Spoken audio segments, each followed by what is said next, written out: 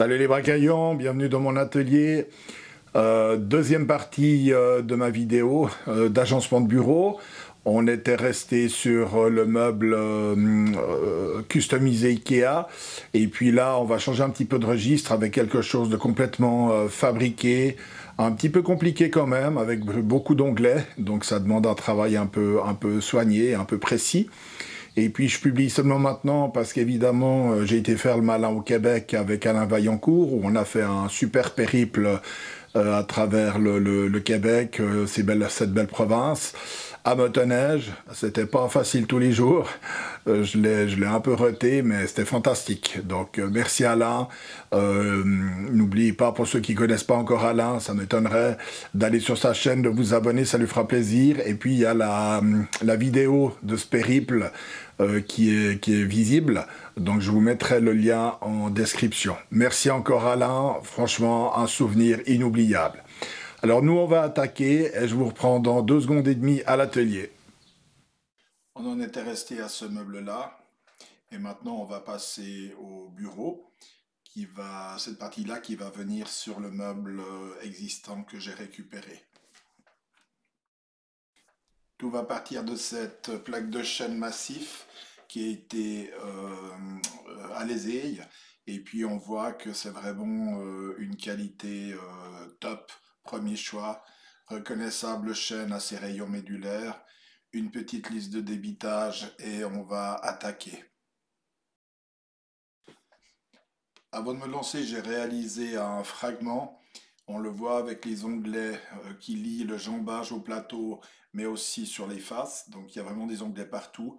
Normalement, ça se réalise à la toupie, mais malheureusement, ma machine n'a pas suffisamment de capacité. Donc on va faire ça à la circulaire et au rail.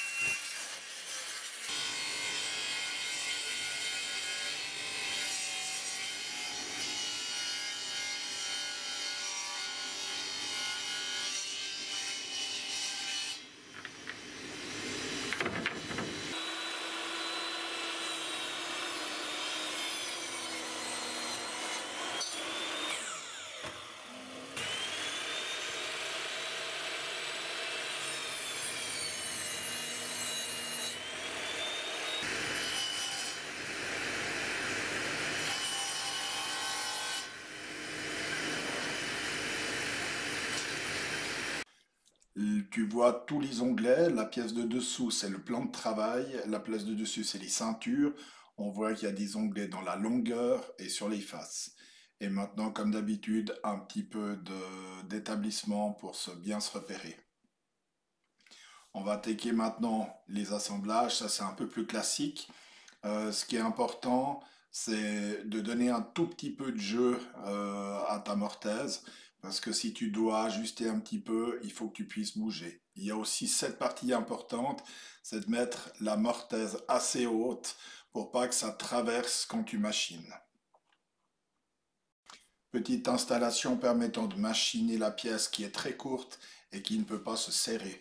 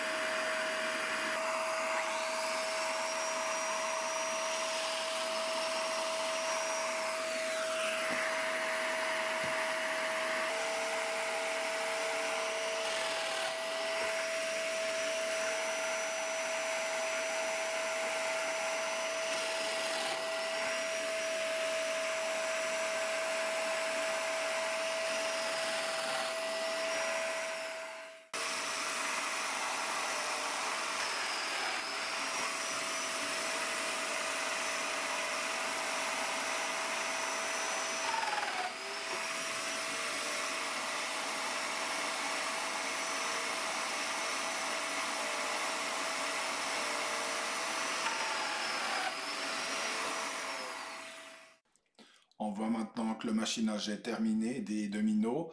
Et puis on voit la pièce sous tous ses plans. C'est correct, c'est propre. Comme toujours, avant le collage, un petit coup de ponçage. 80, 80 si tu préfères, 100, 120.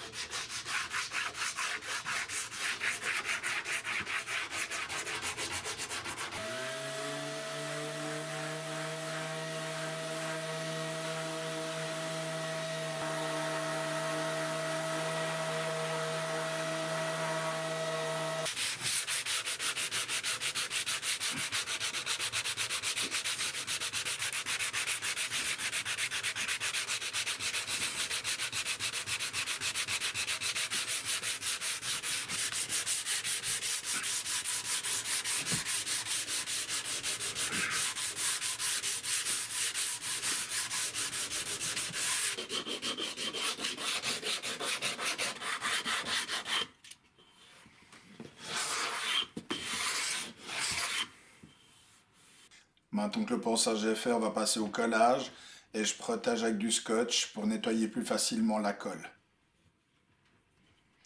Donc voilà, là je colle avec une colle D3 plutôt pour l'intérieur mais qui résiste quand même un peu à l'humidité. On l'a vu, il fait pas tellement chaud, ça me donnera un tout petit peu de temps d'ouverture supplémentaire, mais il faudra pas s'endormir.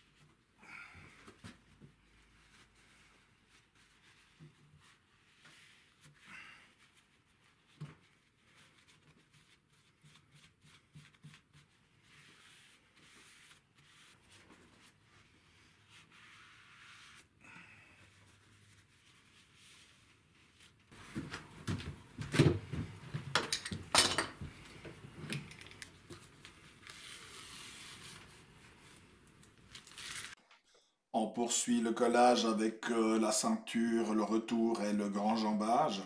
Ça fait des prises de vue assez longues, mais le collage avec des onglets comme ça, c'est très long et ça demande beaucoup de soin au niveau de l'ajustage Il faut vraiment être précis, sinon tu auras des onglets qui vont ouvrir et ça sera pas très gracieux.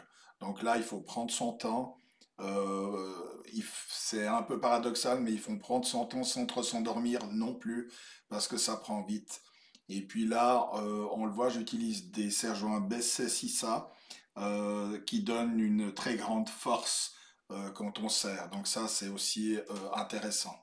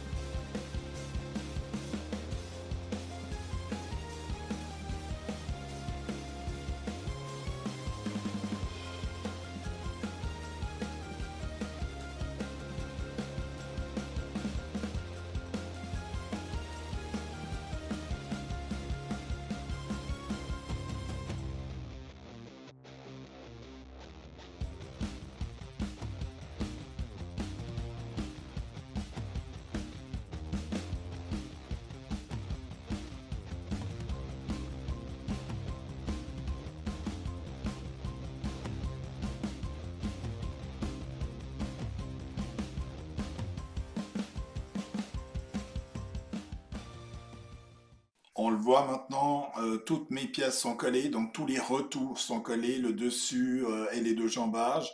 Maintenant, je vais lier le petit jambage au plateau. Et je commence d'abord par le petit jambage parce que c'est un peu plus facile, j'ai plus de prise, j'ai besoin de serre-joints moins longs, donc ça me permettra de me mettre en place pour ensuite avoir une habitude, une petite habitude pour attaquer le grand jambage. On voit maintenant, je mets en place le petit jambage. Et on voit aussi vers la flèche que j'ai fait une installation avec une traverse qui me permet de venir serrer et de corriger l'inclinaison, en tout cas la verticalité de mon jambage pour être sûr que mon anglais plaque bien et que tout est à 90 degrés, 90 si tu préfères.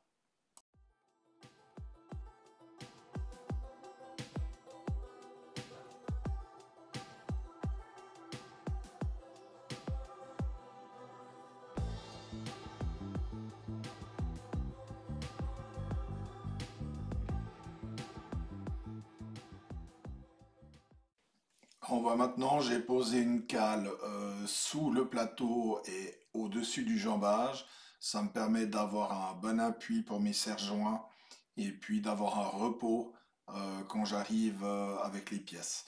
Donc là, on voit que l'onglet il sort plutôt bien. Un petit coup de nettoyage. Tout a l'air de bien plaquer. Pour l'instant, les choses se passent bien.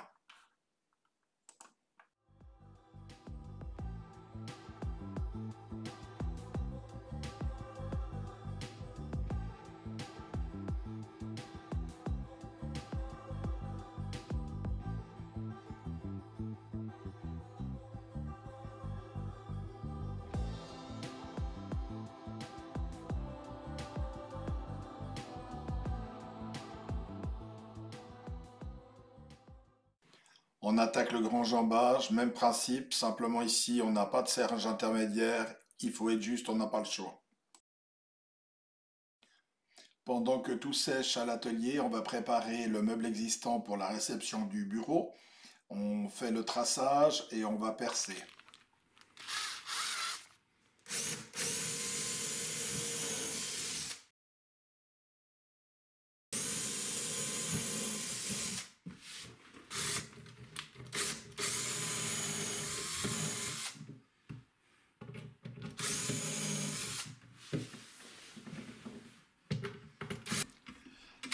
À l'aide du shaper plate, on va usiner les passes-câbles.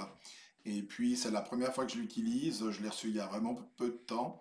Donc, je l'ai configuré. Et puis, c'est assez facile à utiliser. L'avantage, pas de scotch. On peut bien le serrer, ce qui fait que la machine ne va pas déverser. Et puis, il y a plein d'utilisations différentes qui permettent d'aller justement sur des meubles qu'on ne peut pas déplacer, comme ici, par exemple. On voit l'image à l'écran de ce qu'on va usiner.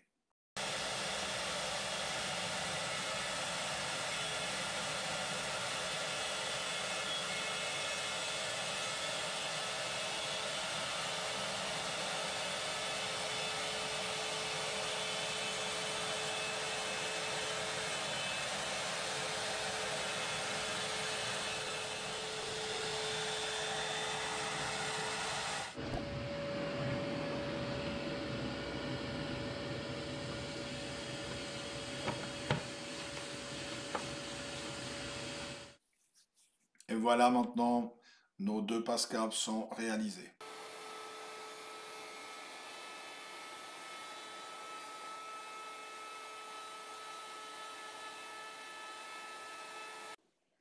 Donc idem sur le plan de travail, donc là pas le droit à l'erreur parce que tout est visible.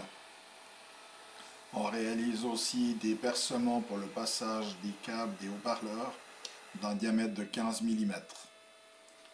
Maintenant on passe à la réalisation du couvercle du passe-câble avec les deux entailles. Celui-là je le réalise en chêne massif alors que les deux autres sur le meuble existant, comme ils ne sont pas vus, je les ai fait en 3D. Mais c'est peut-être quelque chose que je changerai dans un avenir proche. Maintenant, plus qu'à casser les angles, le poncer et le gicler.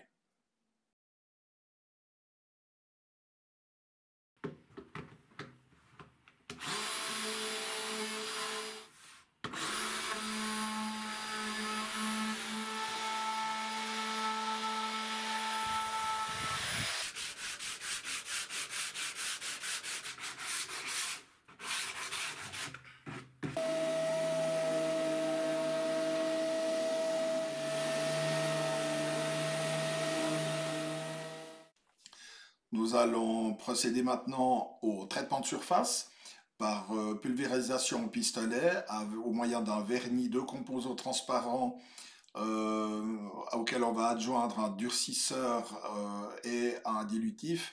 Le durcisseur évidemment pour augmenter la résistance à l'abrasion. Euh, Là on est sur un système de pulvérisation 3M avec un système de buse interchangeable qui se change à chaque application. Évidemment là on va faire l'ensemble du meuble avec cette buse. On démarre la pulvérisation. Petit détail, n'oubliez pas votre masque comme moi, j'ai corrigé juste après, mais pensez à ça parce que ça dégage quand même pas mal de vapeur et c'est pas très bon de respirer tout ça. On le voit ici, mais ça donne encore beaucoup mieux en vrai. On n'a quasiment pas de brillance et puis ça permet de ressortir tout le naturel du bois et ça c'est vraiment très très joli.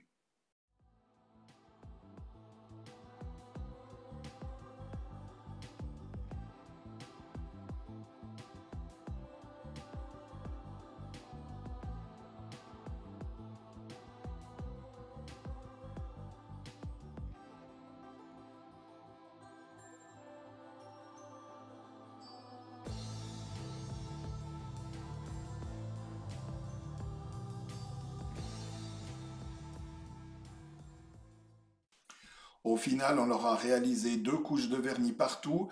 Entre ces deux couches, on aura égrené au papier de verre 220 ou 240 pour que ça soit absolument lisse en prévision de la deuxième couche. Les temps de séchage sont d'environ 2 heures et demie pour chaque couche. Tout sera hors poussière après 2 heures et demie pour la deuxième couche, mais ça sera sec à cœur après 2 3 jours.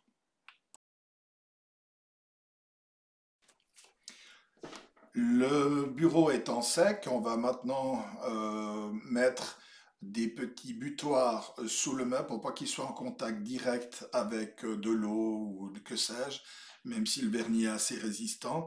C'est des petits plugs que j'ai réalisés en 3D, tout comme les supports des passages de câbles qu'on va visser avec des vis 3x16. J'ai disposé tout ça en fonction de ce que je désirais. Et puis, il y a 2 vis par crochet. La fin du crochet, ça dégage un petit vide qui permet d'intercaler le fil ou le câble. Et puis, comme ça, c'est assez facile à mettre en place. Là, on voit bien que maintenant qu'ils sont en place, ces petits crochets, on voit bien qu'il y a un espace qui se dégage et qui permet le passage du câble simplement en le poussant à la main. Maintenant, j'ai retourné le bureau et on le positionne à son emplacement final pour procéder avec un peu d'aide à la fixation. Donc là, je corrige correctement 60 mm. C'est ce que j'avais fait. J'avais fait les pré-trous. Et puis maintenant, on visse le tout pour pas que ça bouge.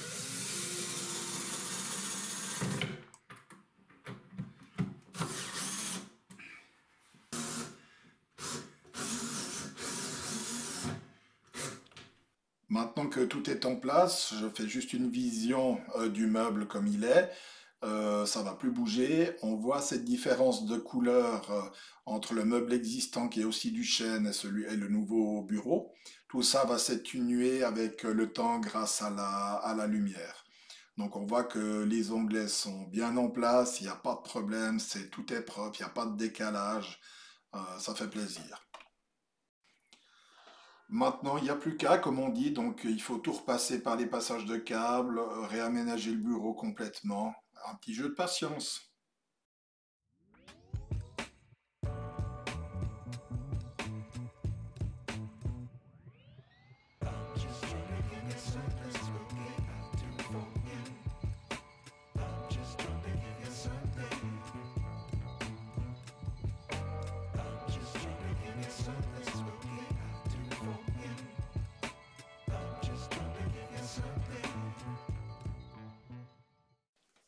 Voilà le bureau fonctionnel. On constate un truc, on va le voir sur l'image d'après, que le veinage suit parfaitement depuis le petit jambage jusqu'à la fin du grand jambage. Donc ça, c'est vraiment très joli quand on a ce suivi de la veine qui va jusqu'au bout. Et on le constate, on n'a pas de câble qui pendent derrière le bureau. Donc ça, c'est quand même appréciable au niveau de l'esthétique.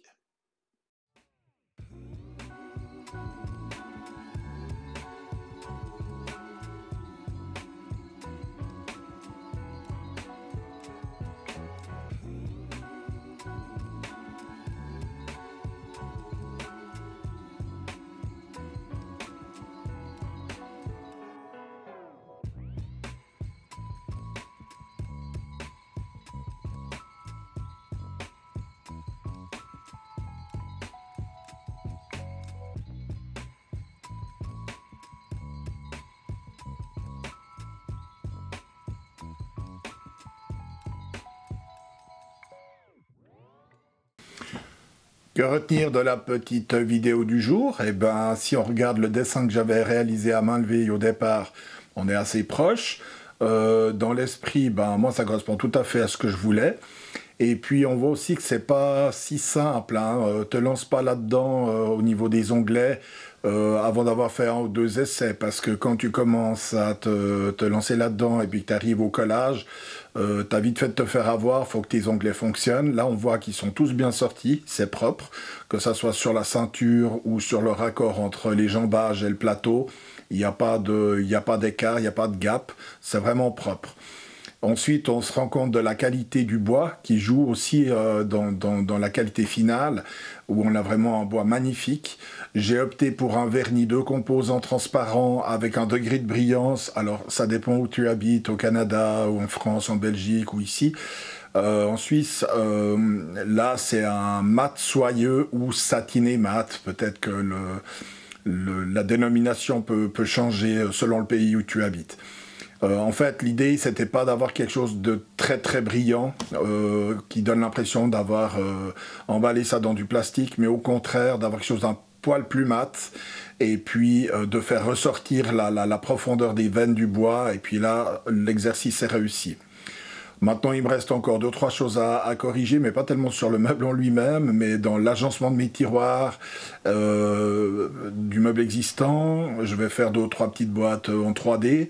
Et puis aussi, je dois rallonger 1 ou 2 câbles, mais rien d'extraordinaire. Et puis c'est ça finalement aussi un des buts, c'est de ne pas avoir de câbles qui pendent. Tout passe sous le plateau, et puis ça donne quelque chose de propre à ces câbles. D'habitude, on en a partout, et puis c'est jamais très joli. Donc voilà, essaye ces onglets, fais quelques essais, mais c'est vrai que ça donne quelque chose de plus, où on n'a pas le champ du bois qui apparaît sur un collage, donc ça c'est quand même assez sympa. Je reste à disposition pour toutes tes questions en commentaire, et puis d'ici là, eh bien, profite bien, bricole bien, et puis à bientôt pour de nouvelles aventures. Salut les bracaillons!